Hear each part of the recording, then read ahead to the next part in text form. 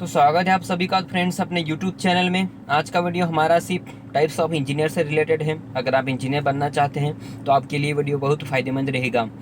तो new student के लिए है, जो हमारे बहुत सारे सब्सक्राइबर्स हैं जो नए हैं, जो आगे जाके इंजीनियर बनना चाहते हैं, तो बहुत सारे लोगों के कमेंट आए हैं कि इंजीनियरिंग के बारे में कुछ टिप्स आपको दी जाए। तो आज का वीडियो सिर्फ इसी के बारे में मैं आपको बताने वाला हूँ कि कौन कौन सी अच्छी ब्रांचेस है और आप इसमें एडमिशन ले सकते हैं और उसके बाद आप क्या कर सकते हैं। फॉर एग्जाम्पल, आप सिविल इंजीनियर बनते हैं तो आप उसके बाद क्या कर सकते हैं। तो वो सब इंजीनियरिंग को बाद में सबसे पहले आपको ये सोचना होगा कि आपको इंटरेस्ट किस में है।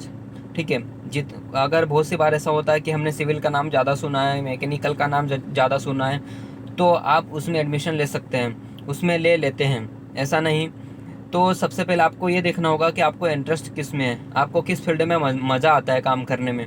ऐसा नहीं कि किसी के कहने के थ्रू आपने बोल दिया कि किसी ने कि सिविल बहुत अच्छा है, सीएस बहुत अच्छा है, और आपको इंटरेस्ट बिल्कुल भी नहीं है। आपको किसी ने बोल दिया कि सीएस बहुत अच्छा है, ठीक है, कंप्यूटर साइंस इंजीनियर आप बन जाओ, तो आप उसमें एडमिशन ले लेते हैं कि बहुत हमारे बड़े कह रहे हैं तो हम उसमें एडमिशन ले लें। लेकिन बिल्कुल वैसा नहीं करना है, क्योंकि आप इंजीनियरिंग तो कर लेंगे लेकिन आने वाले समय में आपको दिक्कत हो जाएगी कि आप उसमें बिल्कुल भी मज़ा नहीं आ रहा काम करने में, तो आप उसमें ज़्यादा आगे तक नहीं पहुंच पाओगे, फिर नॉन टेक्निकल में घुस जाओगे। तो इससे अच्छा आपको ये देखना होगा कि आप इस फील्ड में जाते हैं तो आपको इंटरेस्ट होना चाहिए उसी फील्ड में।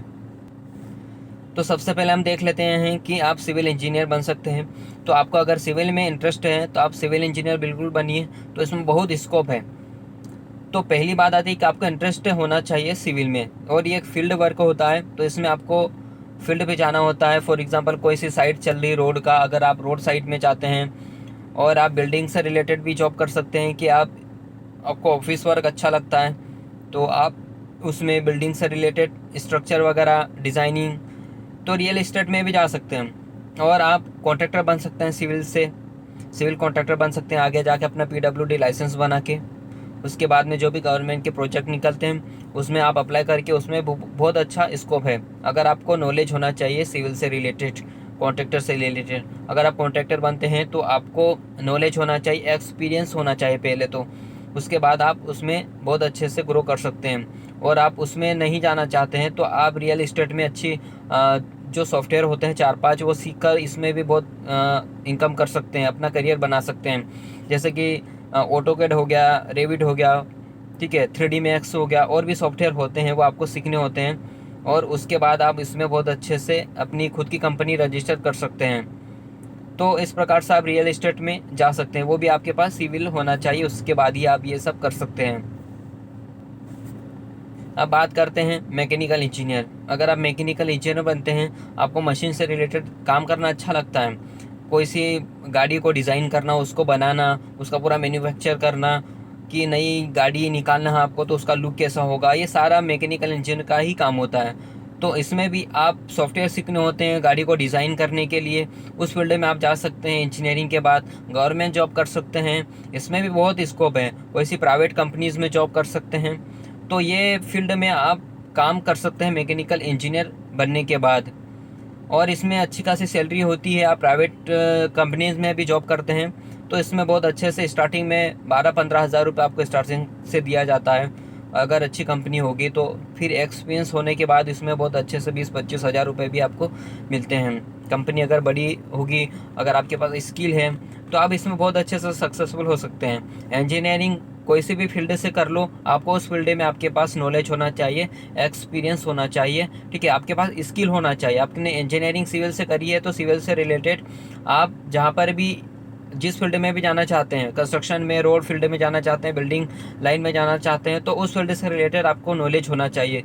तो आप उसमें बहुत अच्छे से जॉब ढूंढने में भी दिक्कत नहीं होगी। नहीं तो बहुत सी बार होता है कि इंजीनियरिंग करने के बाद भी जॉब नहीं मिलती, इसका यही रीज़न है कि अपने पास एक्स्ट्रा स्किल्स नहीं है, ठीक है। तो आप मैकेनिकल इंजीनियर बन सकते हैं। उसके बाद बात करते हैं सीएस की, कंप्यूटर साइंस इंजीनियर, ठीक है।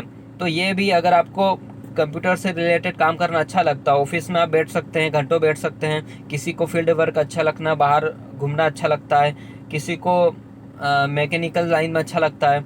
अगर आपको एक ही जगह बैठना अच्छा लगता है, ऑफिस टू ऑफिस, तो आप कंप्यूटर साइंस ले सकते हैं। बड़े बड़े सॉफ्टवेयर बनाना, ठीक है, ऐप बनाना, वेबसाइट बनाना, डिज़ाइन बनाना, ठीक है, जो सॉफ्टवेयर होते हैं जो उनको बनाना, डिज़ाइन करना है, सारा एक कंप्यूटर साइंस इंजीनियर का ही काम होता है। ठीक है, आप इस फील्ड में जा सकते हैं, तो बहुत स्कोप है। इसके बाद बात करते हैं इलेक्ट्रॉनिक्स एंड कम्युनिकेशन। ये फील्ड में भी आप जा सकते हैं। इलेक्ट्रॉनिक्स से रिलेटेड आप इसमें काम कर सकते हैं, कोई सी कंपनीज में जॉब कर सकते हैं। ठीक है, ये बहुत सारी फील्ड होती है। इसके बाद भी बहुत सारी इंजीनियरिंग होती है।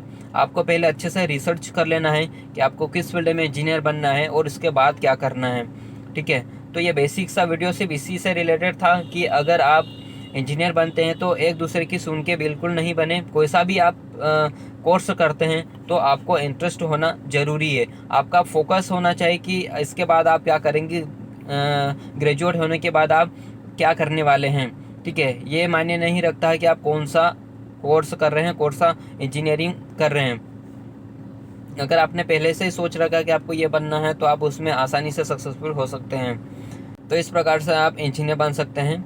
और ये सिर्फ टिप्स था दोस्तों कि इंजीनियरिंग से रिलेटेड। अगर आपको वीडियोस में थोड़ी भी इन्फॉर्मेशन अच्छी लगी होगी तो लाइक ज़रूर करना और सब्सक्राइब कर लेना चैनल को, तो आने वाली वीडियोस मिलती रहेगी। तो हम मिलते हैं अगले वीडियो में।